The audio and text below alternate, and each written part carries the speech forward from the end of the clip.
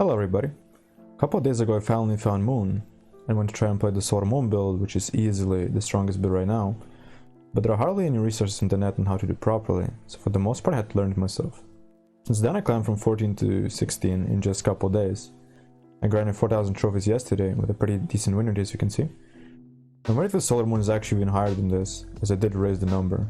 It was about 70 to 71%. The max win rate is around 73 to 75%. Had a massive win streak yesterday too, about 19 wins. So without further ado, let me tell you the most important things I learned. So first thing is that low pip moons do nearly nothing. I always immediately merge my tier 1 and tier 2 moons as soon as I can.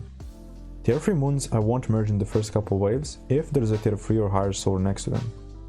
But if I get a tier 4 Joker, Growth or Moon, then I will merge those tier 3s nearly immediately, unless I'm really struggling with the waves.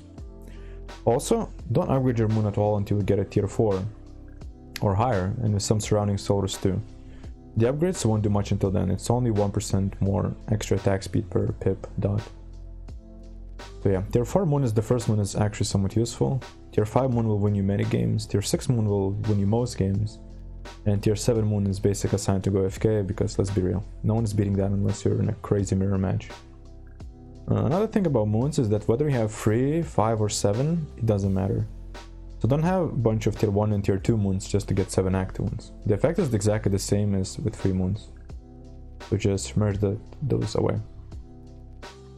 As for jokers, I always prioritize jokering the growth instead of sacrifice in most matchups. Exception is assassin decks, as you do need a bigger board to withstand their assassinations, and if the assassin is sacrificed, you will get some money. So assassin matches I play as aggressively as I can. Another thing to note is that in the very beginning, don't merge a sacrifice at the very beginning. They're your biggest damage dealer at the start.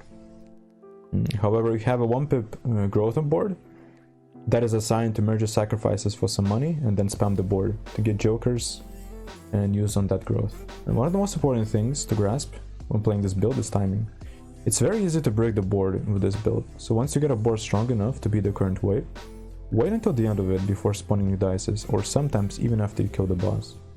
Generally, if I know that the opponent is playing a deck that can't kill bosses fast, let's say a Laffoon, I do most of my action after I kill mine, and while he's dealing with his own boss, as I have extra time.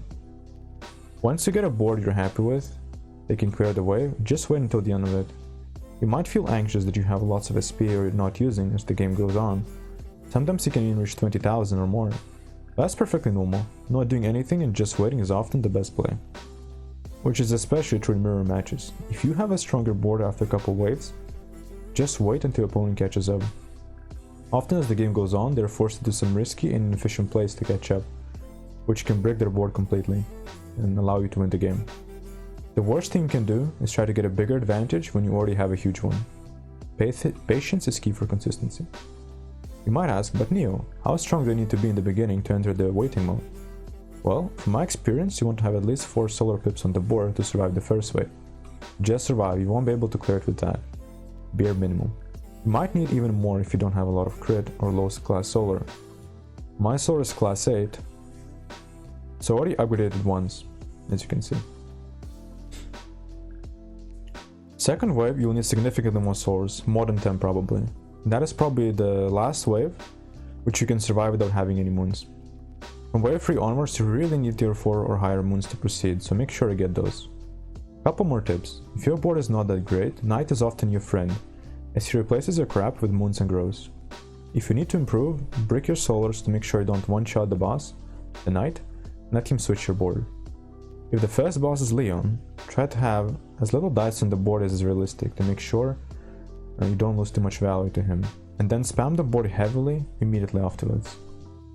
Other bosses are irrelevant and there is no need to play around them.